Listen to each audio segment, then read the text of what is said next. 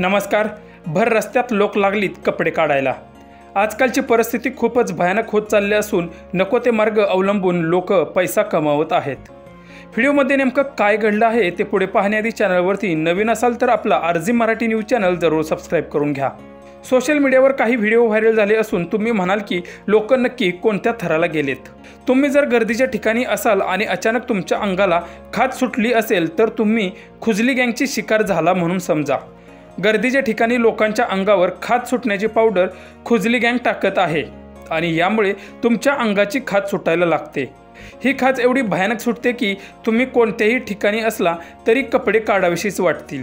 त्यानंतर तुमचं लक्ष विचलित होईल आणि थोड्याच वेळात तुमच्यावर लक्ष ठेवून असलेली खुजली गँगची व्यक्ती तुमच्या जवळील सर्व साहित्य आणि पैसे घेऊन तिथून पळून जाईल। असा प्रकार दिल्लीमध्ये घडलेला असून त्याचं फुटेज पोलिसांना मिळालेलं आहे।